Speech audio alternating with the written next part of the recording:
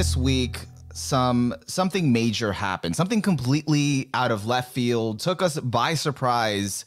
Acclaimed anime director Mamoru Oshii, or no, I fucked that up too. Oshii? No, I think that's it. Yeah. Well, I think that's it. He criticized acclaimed anime director Hideaki Anno.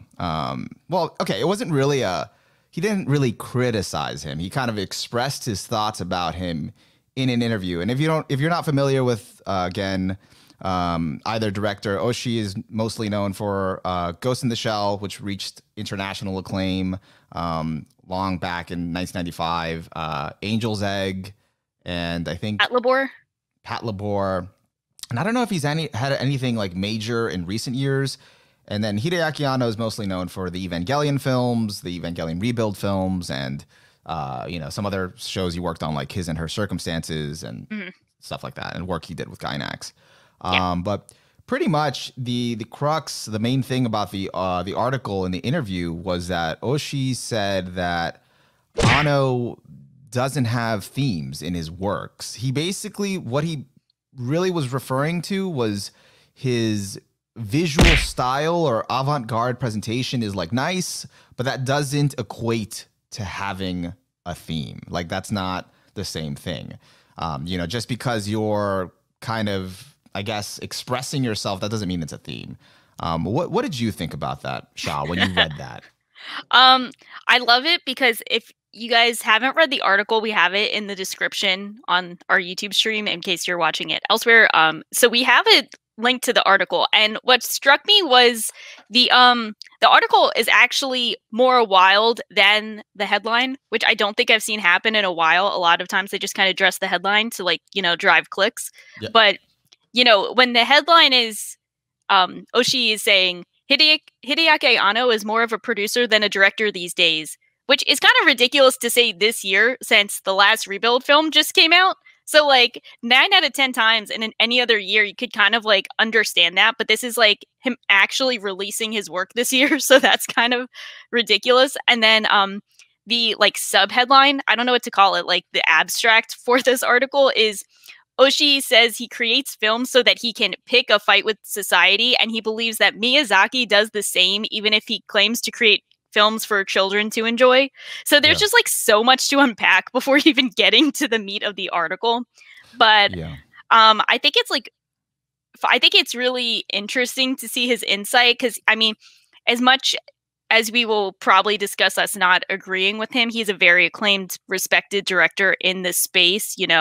He's definitely, a noteworthy industry figure. So when he says these things, it does carry a lot of weight to him. I'm sure that Anno respects him as well. So this isn't just a random call out from a random director. It definitely means a lot. And even if the directors in question don't respond to this, and they might respond respectfully, it's just so unique that you see a Japanese director so blatantly calling out other people and saying he feels like they don't have a theme to their work. And when he elaborates on that, he says, to put it in a different way, I can't feel the fundamental motivation they have for creating films, which almost seems like more of an insult than saying they don't have themes.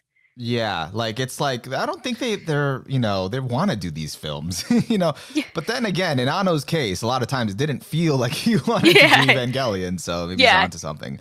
But, I think...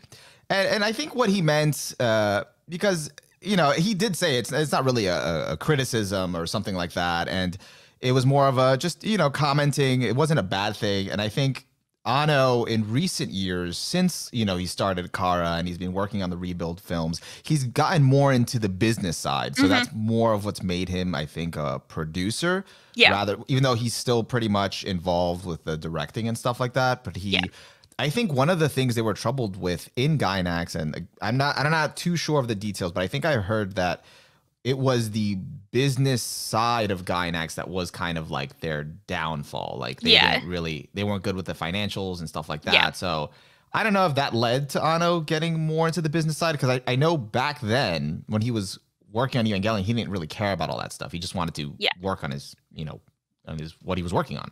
I don't blame him either, because if you're Evangelion, you're making all of this money, and then you're him, and you're hey guys, I'm making all this money for us. I want to at least be able to like finish out my vision in the way I, originally planned when I'm making this money. Like, come on, let's get this shit together. So, I mean, I don't know the details either, but I could totally understand him wanting to take control of the business side more, especially when his work has made so much money. Well, I've also heard he's also really good about paying his employees and wanting them to be well paid and stuff like that. And, so maybe that's also a factor in being able to do work that they're, truly kind of invested in doing while also, making a living wage or something. Yeah. Yeah. I mean, that's cool. Good guy, Ano, looking out for everyone. So I respect that a lot too. Yeah, but in terms of back to Oshi and kind of saying that about Ano, like it was just kind of weird. Like it felt like it just like I don't know. It was one of those like, is he actually saying this? It felt so surreal because like I feel like in terms of what he's actually saying in terms of Ano's visual style, like let's take Evangelion as the clearest, most blatant example.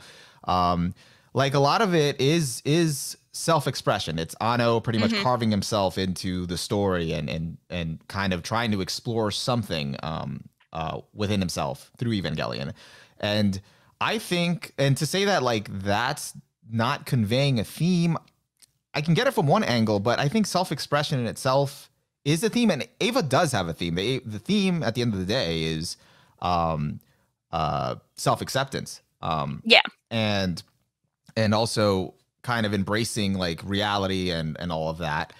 But I think maybe what could be said about Ano's process to coming to that towards the end of Evangelion is that he wasn't sure what he wanted. I think I think it's clear that it was a very organic process getting there. And so he didn't have like a theme in mind, or maybe he just didn't know exactly what he wanted from the beginning, but he kind of just went along with it. And Ano has said something along these lines in interviews. So maybe that's what Oshi's referring to. But then go ahead.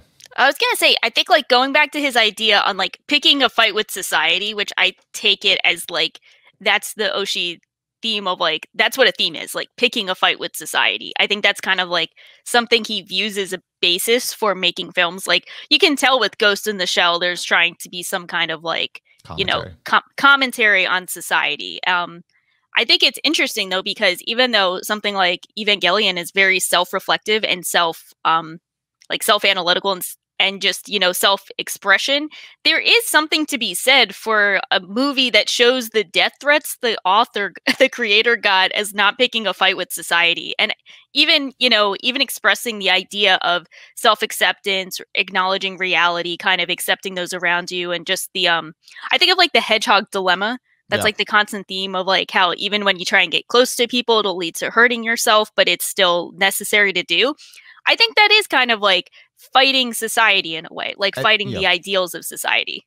Yeah, because maybe like in Oshi's mind, maybe it's Oshi's mind is that maybe to him a theme has to do more with, again, the society and the questioning like stuff around us, as opposed to kind of that internal, search for self or personal connection and all that stuff. Maybe that's not what he considers a theme, because like Miyazaki always used his films, I think, that as a vehicle to kind of explore like issues with society, with the environment, stuff like that. Like, he nonstop pushed like almost every film his ideologies into the films and used that as an art form to explore that. And market it as children's movies, but yeah, I mean, like I got to see like a lot of them, and the whole environmentalism thing is like almost a constant theme in his films. Like he's like fighting society in almost half his films in some way. So I think it's kind of funny. I do feel like this is kind of like the closest anime will get to like rap battles, and I feel like this is one of those things where if Oshi's like one of the older rappers, it's like Miyazaki's like Jay-Z, and like they kind of want to criticize him, but they realize that they can't go full criticism because he kind of fits in like what their definition of themes are. So he's like, yeah, Miyazaki picks a fight, but he's also he's just pretending it's for kids. So like he's on my level, but he makes kid films. So it's like funny to see the like half compliment, half insult, backhanded compliment in a way. Well, he didn't go after Miyazaki though, right? He Not in didn't. this one. I think he Yeah. has before. Oh, okay. And also, he actually went over. It wasn't just Ano. He went after Yeah. Mamoru Hosoda and Shinkai. Shinkai. Yeah, so like every popular director, most of the popular directors of recent times, he's just like gone after them for saying they have no themes. And I know all the Shinkai haters are like, yes, I've been saying this. I've been waiting for this moment. And even as someone who has been kind of 'Cause like not as you're a Shinkai hater, aren't you? I'm not a Shinkai hater Okay. because I'm sometimes I'm part-time Shinkai hater. Okay. It depends. But so even as a part-time Shinkai hater myself, I still disagree with the idea that he doesn't have themes. Like that's still like a ridiculous notion even if you don't connect with his themes. There's obviously this ongoing theme of like forming relationships in modern society being driven apart by space and time and circumstance and like just the like melancholy situation Yeah. of like things not working out, which is what connects with so many people and why his films are so successful, you know? Yeah, I like, think it it's a always theme. starts with a feeling with Shinkai. Like Yeah. it's something that hurt him. You know, Yeah, as he a got joke, hurt. but He got hurt. he wants to convey like this sense of like you said, melancholy, like a longing, like something like that. And I think that, you know, forms the rest of his work. But it's always out to kind of each movie kind of deals with a different feeling. Like I remember when I didn't watch it actually, but what was it, Garden of Words, when that was Yeah, coming out? I love that. I think he said in an interview or something, like he was trying to convey like a specific feeling that's like, you know, like I don't know, long forgotten or something from like a yearning or something from like long ago or something Yeah. like that. Yeah, it was hard to Yeah. articulate, but That's my favorite Shinkai film. He was also definitely trying to convey he has a foot fetish